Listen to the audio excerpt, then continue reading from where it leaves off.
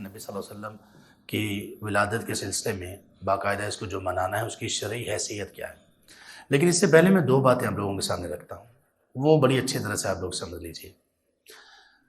اس مہینے میں جہاں پر یہ جوش و خروش نظر آتا ہے ہمیں لوگوں میں، میلاد منانے والے لوگ وہ بڑے جوش و خروش سے در و دیوار کو سجا رہے ہوتے ہیں، مسجد و محراب کو سجا رہے ہوتے ہیں، بازاروں کو گلیوں کو سجا رہے ہوتے ہیں، اور دوسرے جو لوگ ہیں وہ ان چیزوں سے روک بھی رہے ہوتے ہیں اور کہہ رہے ہوتے ہیں کہ یہ مناسب نہیں ہے. اب ان دونوں میں دونوں ہی اللہ کے رسول صلی اللہ علیہ وسلم کو ماننے والے، آپ کا کلمہ پڑھنے والے، آپ سے محبت کے دعوے دار ہیں، اور دونوں ہی میں نفرت کی خلیج بہت وسیع ہوتی ہے، دونوں ہی ایک دوسرے سے بہت دور ہو جاتے ہیں. اور بندہ حیران ہوتا ہے کہ نبی صلی اللہ علیہ وسلم کی ولادت کی خوشی میں اپنے مسلمان بھائیوں کو برا بھلا کہا جا رہا ہے. جو میلاد نہیں مناتا اسلام سے فارغ ہے، وہ اس کو کوئی خوشی نہیں نبی صلی اللہ علیہ وسلم کے آنے کی. اور جو لوگ جو مناتے ہیں دوسرے لوگوں کو کہتے ہیں کہ یہ اسلام سے فارغ ہے، یہ کیوں منا رہے ہیں، ایسا نہیں ہونا چاہیے. سب سے پہلے ہمیں کچھ درمیان میں آنا چاہیے جہاں پہ سمجھ سمجھا کر بات ہو سکے. ہم تو ابھی یہ جو دو گروہ بنے ہوئے ہیں، یہ دونوں گروہ ایک دوسرے سے بات کرنے کے قابل بھی نہیں ہیں، بات کرنے تک نہیں آئے. دیکھیں نا، بات ہوگی مثال کے طور پر یہاں آ کر، لیکن یہاں کوئی نہیں آ رہا. یہاں پر ایک یہاں پہ کھڑا ہے، ایک یہاں پہ کھڑا ہے. یہ بندہ کہہ رہا ہے تم میلاد مناتے ہو، اسلام سے فارغ ہو. وہ کہتے ہیں تم نہیں مناتے، تم گستاخ رسول ہو، تم بھی فارغ ہو. تو بھائی دونوں فارغ ہو گئے تو مسلمان کون رہا پیچھے؟ تو اللہ کے بندو یہاں آگے تو آؤ. آگے کیسے آؤ گے؟ تم لوگ جو کہتے ہو میلاد نہیں منانا چاہیے، تم یہ تو دیکھو کہ وہ جو یہ میلاد منا رہے ہیں محبت میں منا رہے ہیں نا، اللہ کے رسول صلی اللہ علیہ وسلم کی محبت کا دعویٰ تو کر رہے ہیں نا. یہ بات کی بات ہے، دعویٰ ٹھیک ہے نہیں ٹھیک، اس کا طریقہ کار ٹھیک ہے یہ نہیں ٹھیک ہے، یہ بات کی بات ہے. محبت تک تو آپ مانو نا، اس کے بعد آپ چاہتے ہیں کہ ہاں محبت تو ہونی چاہیے، آپ بھی مانتے ہیں، لیکن یہ کام نہیں ہونا چاہیے. اب اس کام سے روکنے یا منع کرنے یا اصلاح کرنے کے لیے اب بات اچھے انداز سے کرنا آپ کو چاہیے نا. تو پہلے ان کی محبت کو تسلیم کرو گے تو یہ یہاں پر آ جائیں گے. اب یہ جو میلاد منانے والے لوگ ہیں، ان اللہ کے بندوں کو یہ چاہیے کہ تم لوگ اتنا بڑا جو فتویٰ لگا دیتے ہو کہ جو میلاد نہیں مناتا، جو اپنے گھر کو نہیں سجاتا، مسجد کو نہیں سجاتا، وہ گستاخ رسول ہے. یار کوئی تو اللہ کا خوف کرو، یہ رسول کی گستاخی ہو رہی. یہ لوگ جو میلاد نہیں منا رہے، ان کی بات تو سنو نا، یہ کہہ کیا رہے ہیں. اگر آپ کو بات پسند نہ آئے تو آپ ان کو نصیحت کرو، ان کو یہاں تو آنے دو.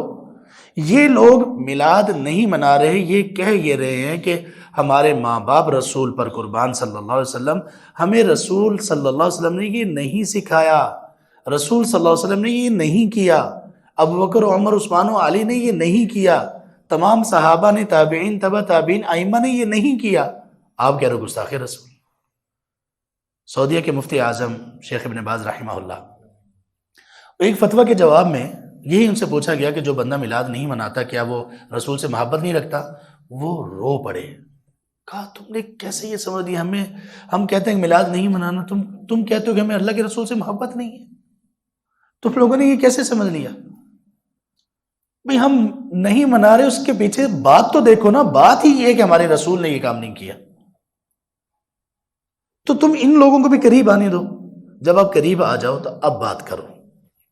اب ایک دوسرے سے اب آپ پوچھو ہم میلاد منا رہے ہیں، کوئی مسئلہ تو بتاؤ. آپ ان سے پوچھو کہ بھئی ہم اس وجہ سے نہیں منا رہے، آپ ہمیں کوئی مسئلہ تو بتاؤ. ٹھیک ہے. اب جب قریب آ گئے تو پھر بات کیسے ہو؟ یہ لوگ کہیں گے کہ دیکھیں یہ محبت ہے، یہ اللہ کے رسول صلی اللہ علیہ وسلم سے ہماری جو وابستگی ہے اس کا ذریعہ ہے. دیکھیں اس کی دلیل یہ کہ یہ ہے کہ جب ہمارے گھر میں بچہ پیدا ہوتا ہے تو ہم کتنی خوشیاں مناتے ہیں، تو اللہ کے رسول صلی اللہ علیہ وسلم اس دنیا میں تشریف لائے تو ہمیں خوشی تو منانی چاہیے، ہمیں تو بہت زیادہ خوش ہونا چاہیے اپنے بچوں سے زیادہ. یہ لوگ کہتے ہیں بالکل آپ کی بات ٹھیک ہے، لیکن ہماری بھی سنو. یہ کہتے ہیں ہاں سناؤ بھائی، آپ قریب آ گئے نا، اب سناؤ. آپ اب یہ سناتا ہے، یہ کہتا ہے کہ اچھا مجھے یہ بتاؤ کہ یہ والی خوشی صحابہ رضی اللہ عنہ کو ہوئی یا نہیں ہوئی؟ اور صحابہ کو یہ خوشی ہم سب سے، آپ سب سے زیادہ تھی یا کم تھی؟ وہ کہے گا صحابہ کو خوشی ہوئی اور ہم سے کہیں زیادہ تھی. ان لوگوں کو ہم سے محبت، اللہ کے رسول صلی اللہ علیہ وسلم سے محبت ہم لوگوں کی محبت سے کہیں زیادہ تھی. تو یہ کہتا ہے کہ دیکھو انہوں نے ایسا کیا نہیں کیا، یہ کوئی اتفاق تھا؟ اگر اتفاق ہوتا 1 آدھ سال نہ کرتے، 2 سال نہ کرتے، ابو بکر رضی اللہ عنہ نے کیا، عمر رضی اللہ عنہ نے کیا، عثمان و علی نے نہیں کیا، معاویہ رضی اللہ عنہ نے نہیں کیا، اس کے بعد کے خلفاء نے نہیں کیا، تو 600 سال کے بعد ایک شخص نے اس طرح سے باقاعدہ اہتمام کرنا شروع کیا. تو آپ خود بتاؤ، اگر آپ کہتے ہو کہ ہم یہ اہتمام نہیں کرتے اور ہم غلط ہیں، تو بتاؤ کہ صحابہ رضی اللہ عنہ کے بارے میں آپ کیا کہو گے؟ یہ فہم و تفہیم ہو رہی ہے نا؟ اچھا یہ لوگ کہیں گے کوئی بات نہیں، اگر انہوں نے نہیں کیا بات تو ٹھیک ہے نا، اگر اب کرنا شروع کر دیا تو ابھی آپ شروع کر دو کرنا. تو یہ لوگ جواب یہ دیں گے کہ دیکھیں آپ کی بات تو ٹھیک ہے، لیکن کیوں نہ ہم محبت کو اور محبت کے اظہار کو اس چیز پر استوار کریں جس کی دلیل بھی ہمیں ملتی ہے. یہ کہے گا ہاں اچھا بتاؤ دلیل بتاؤ.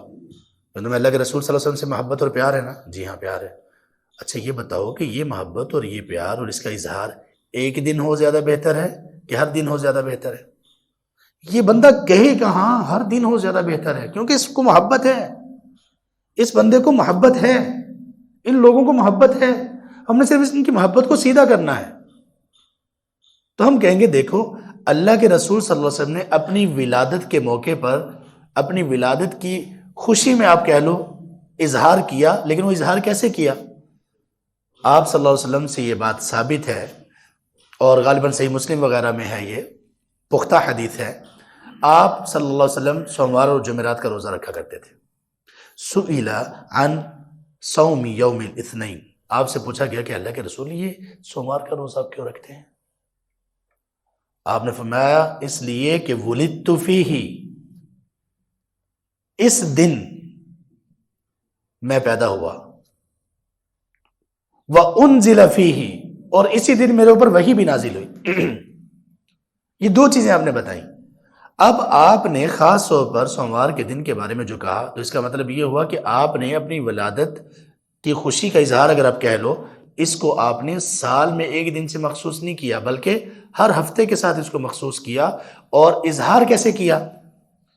آپ نے خود یا اپنے صحابہ کو حکم دیا کہ تم لوگ سجو سجاؤ، گلیاں محلے سب سجا دو؟